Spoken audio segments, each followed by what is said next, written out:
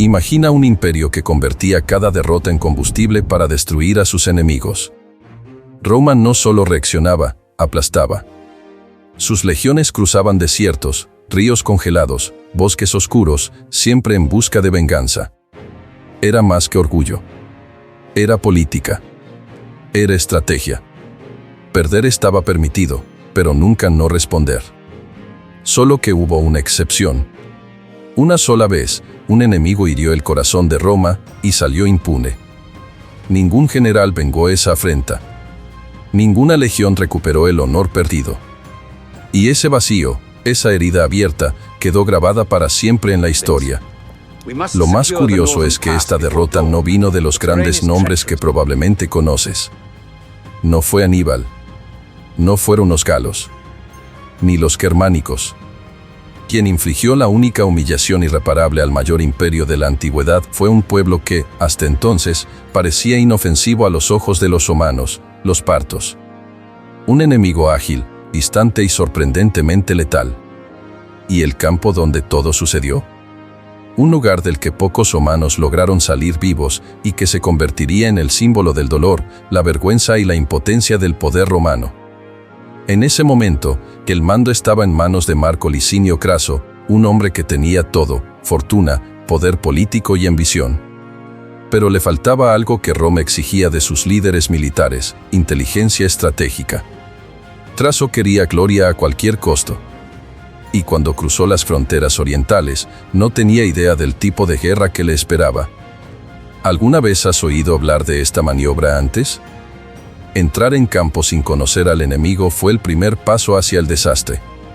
Y lo que sucedió después no fue solo una derrota militar, fue un colapso simbólico que sacudió los cimientos del orgullo romano. Porque Roma no solo perdió soldados ese día. Perdió sus estandartes sagrados, vio caer a uno de sus líderes más poderosos como un aficionado y tuvo que tragarse el silencio en vez de la venganza. Los ecos de este fracaso moldearon generaciones futuras.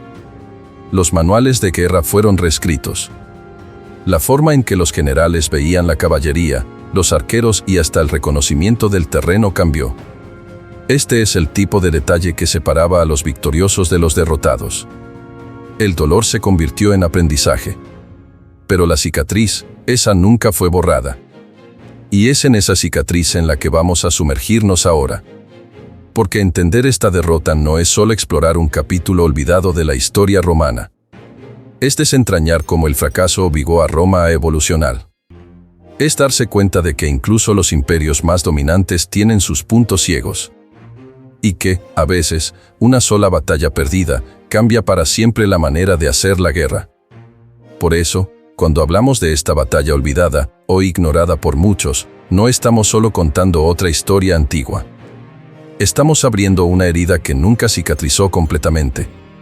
Porque ver a Roma impotente ante un enemigo que no entendía es algo que cambia nuestra perspectiva sobre lo que es, de hecho, el poder. No importa el tamaño del ejército, la riqueza del imperio o la fama del comandante, si la estrategia falla, todo se derrumba. Y tal vez por eso este episodio siga resonando en quienes estudian guerra, práctica y la esencia del dominio. Aprovecha este momento, dale un like al video si te está haciendo ver la Roma antigua con otros ojos. Y si quieres seguir recibiendo contenido que profundiza las estrategias, los errores y las lecciones que los grandes imperios dejaron, suscríbete al canal ahora. No es solo un clic, es una manera de mostrar que este tipo de reflexión vale la pena. Y puedes estar seguro, hay mucho más por venir. Porque lo que pasó después de esta derrota es aún más revelador. Roma no nació invencible, se convirtió en eso. Y esta transformación se construyó sobre pérdidas, traiciones y batallas sangrientas que moldearon el espíritu de un pueblo que se negaba a aceptar la palabra fin como opción. Desde temprano, los romanos aprendieron que cada amenaza debía ser aplastada, no ignorada. Si una tribu se rebelaba, Roma volvía con el triple de soldados. Si una ciudad se negaba a someterse, Roma la rodeaba hasta que el hambre hiciera el trabajo. Así es como el imperio crecía, no solo por la fuerza de las armas, sino por el miedo a la venganza. Esta obsesión por nunca dejar una derrota sin respuesta creó un tipo de cultura estratégica única, una mentalidad que mezclaba honor, táctica y propaganda. Las legiones no solo llevaban lanzas y escudos. Llevaban el peso simbólico de un imperio que necesitaba parecer invulnerable, siempre. Un simple retroceso podía ser interpretado como debilidad. Y la debilidad era una invitación para que los enemigos pusieran a prueba los límites de la paciencia romana. Por eso, incluso las estrategias de guerra más audaces no surgían de la creatividad, sino de la necesidad de preservar el mito de la invencibilidad. Lo curioso es que esta postura funcionaba la mayoría de las veces. Roma sabía explorar como nadie la guerra psicológica, marchas ruidosas, formaciones perfectamente sincronizadas, armaduras brillantes bajo el sol. Todo esto se pensaba no solo para ganar, sino para desmoralizar al oponente incluso antes de que volara la primera lanza. Este es el tipo de detalle que marcaba toda la diferencia en enfrentamientos que parecían definidos antes de empezar. Pero el problema de confiar tanto en la propia reputación es simple: un día, alguien aparece y no se intimida. Y cuando eso sucede, el castillo de certezas empieza a agrietarse. Ahora quiero profundizar aún más en este tema, porque entender cómo esta idea de venganza garantizada se convirtió en el centro de la política exterior romana ayuda a explicar por qué una única falla en este ciclo fue tan dolorosa.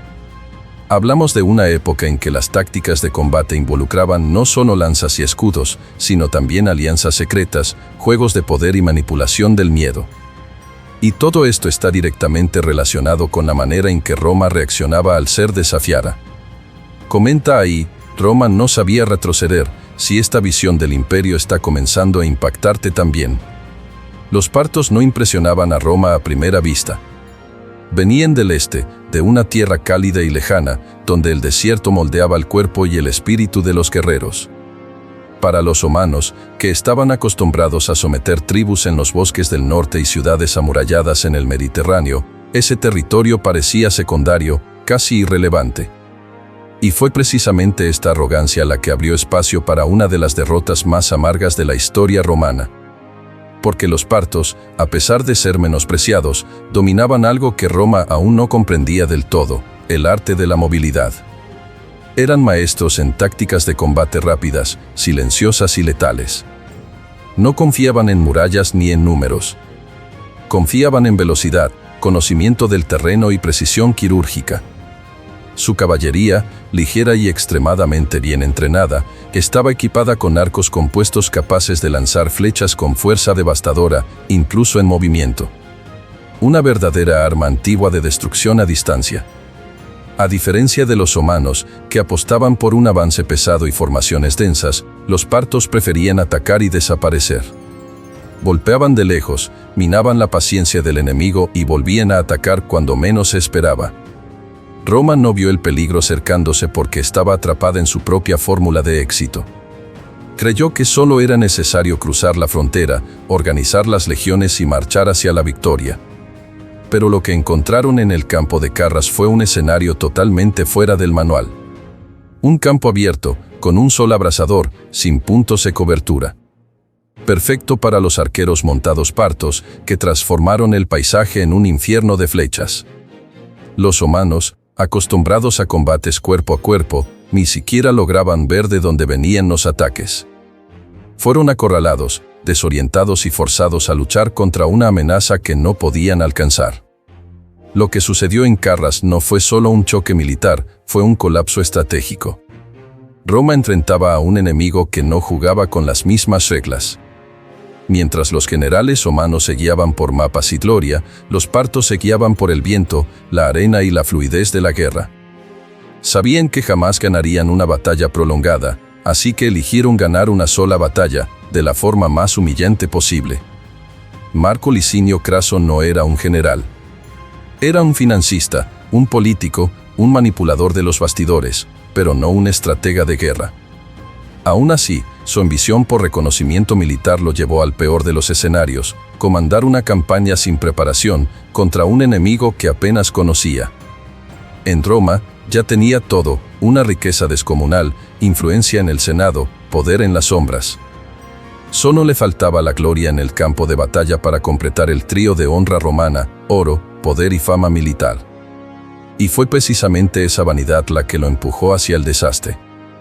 Al cruzar las fronteras hacia el Imperio Parto, Craso ignoró las alertas de aliados locales, desestimó rutas seguras y desechó el apoyo de comandantes experimentados. Prefería confiar en su propio instinto, o peor, en su ilusión de superioridad. Entró en el desierto con 7 legiones pesadas, arrastrando suministros, sin la caballería ligera suficiente, sin reconocimiento, sin estrategia adecuada para ese tipo de terreno. Era como si marchara hacia un desfile triunfal, y no hacia un enfrentamiento real.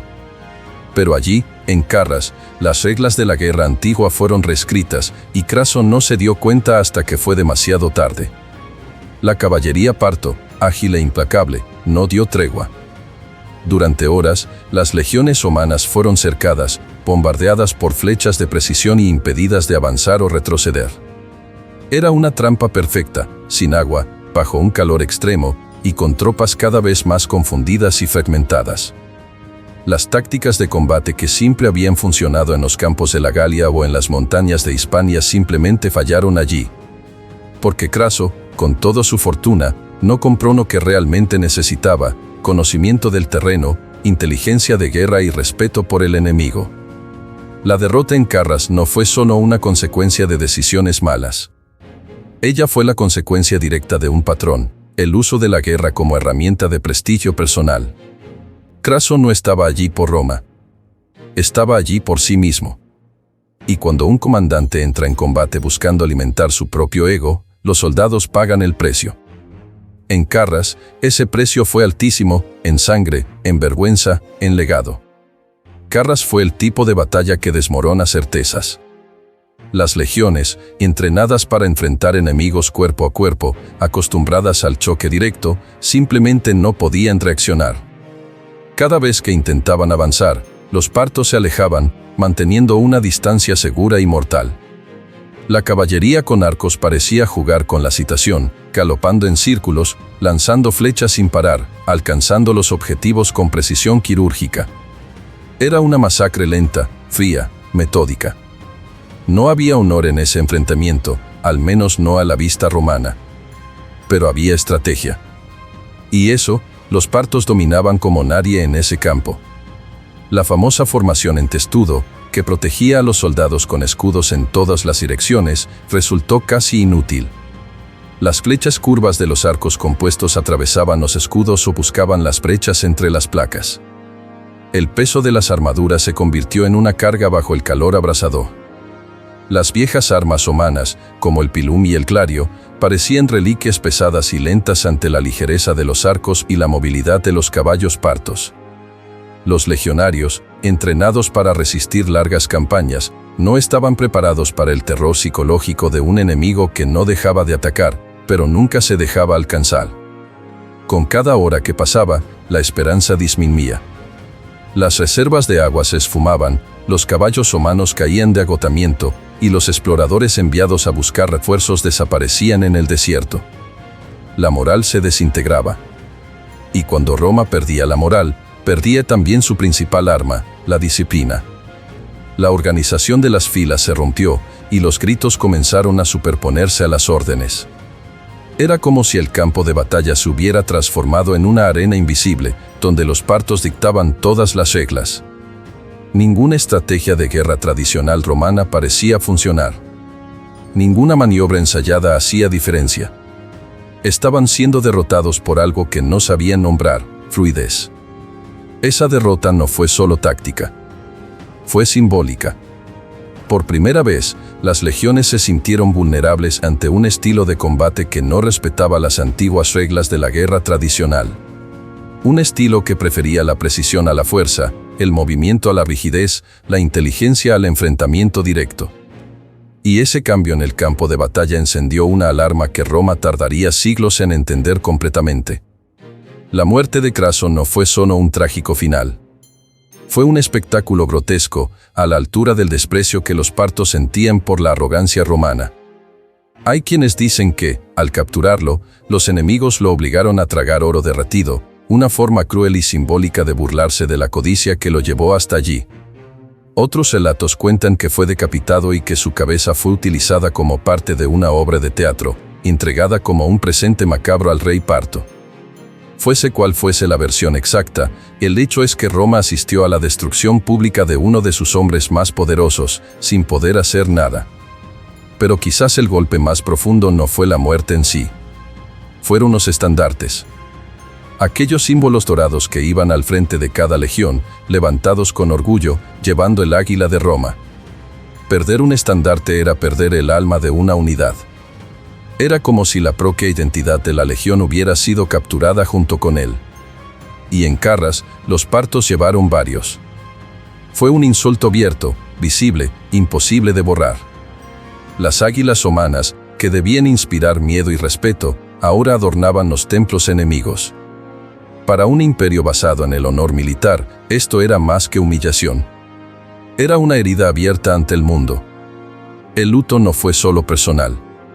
Fue político. Fue estratégico.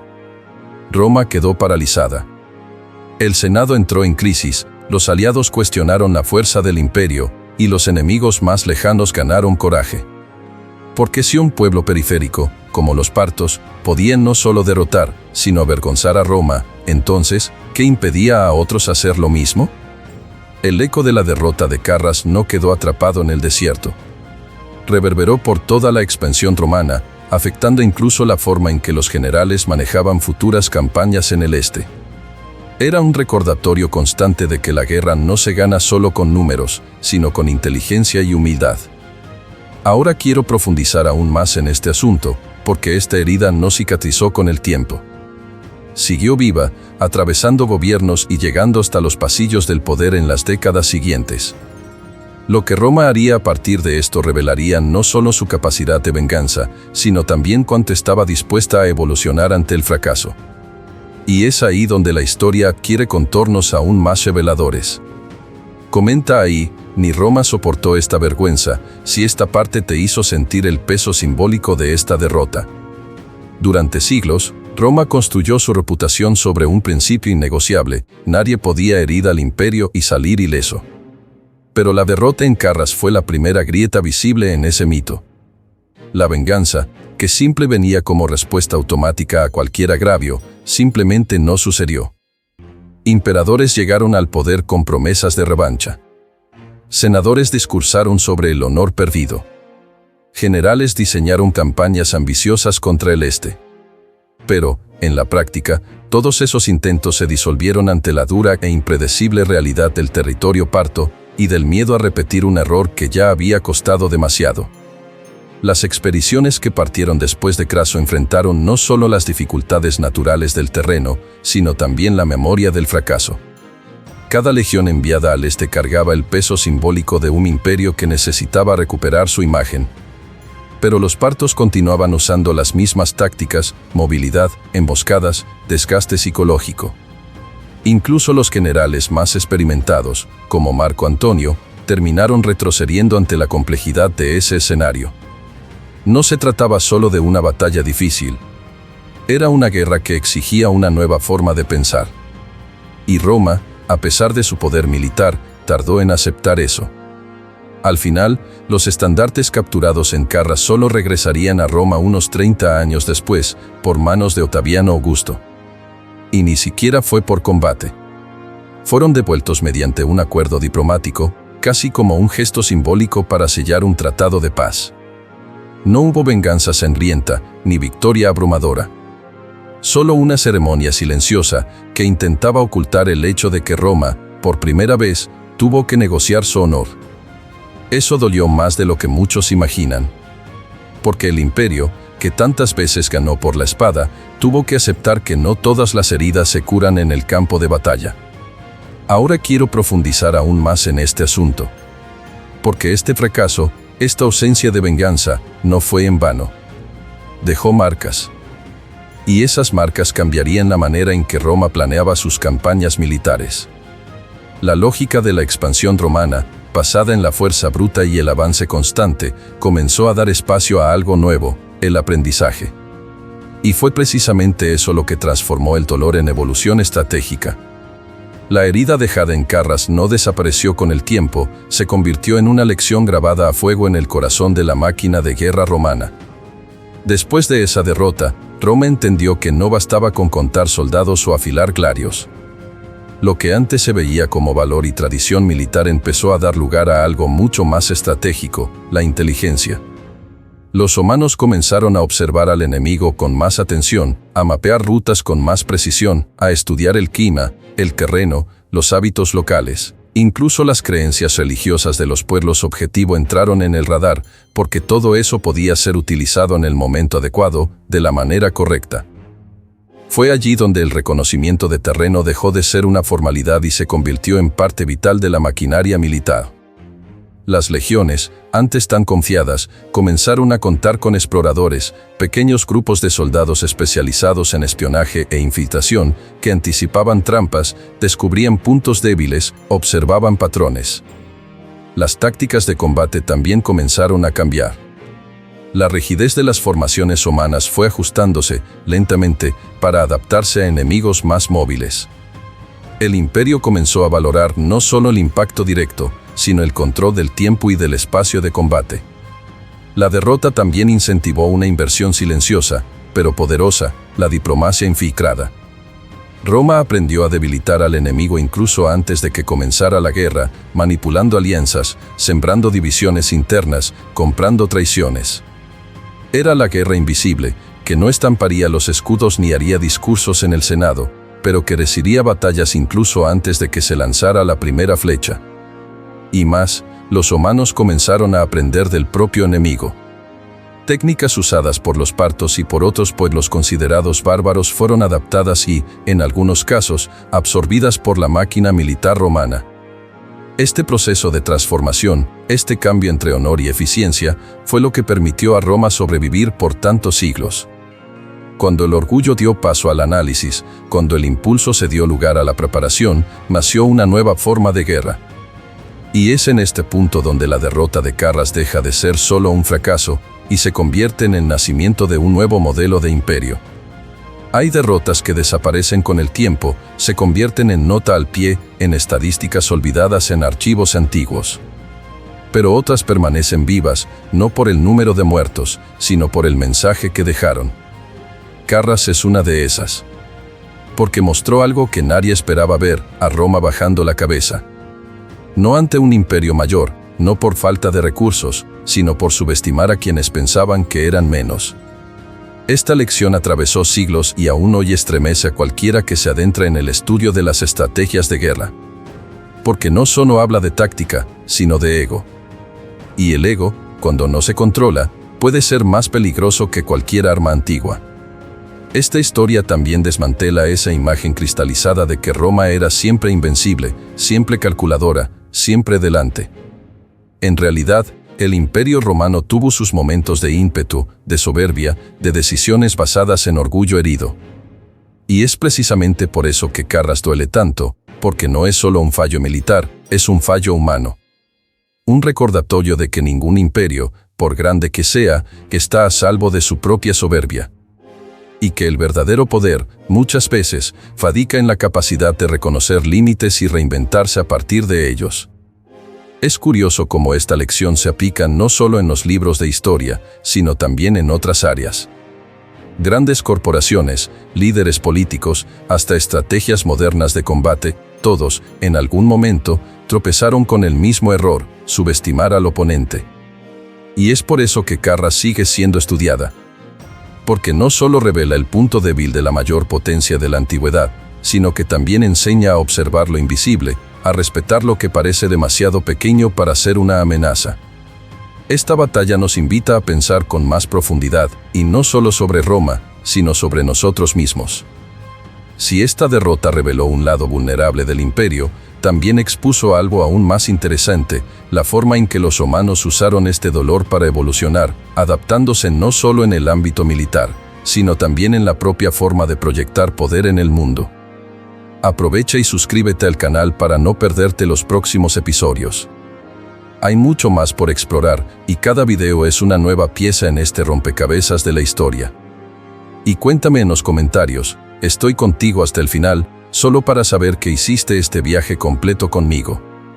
Mira un video nuestro donde hablamos aún más sobre los muros de paredes humanas que Roma creaba para evitar ser quebrada. Sigue conmigo por allí, la historia no ha terminado.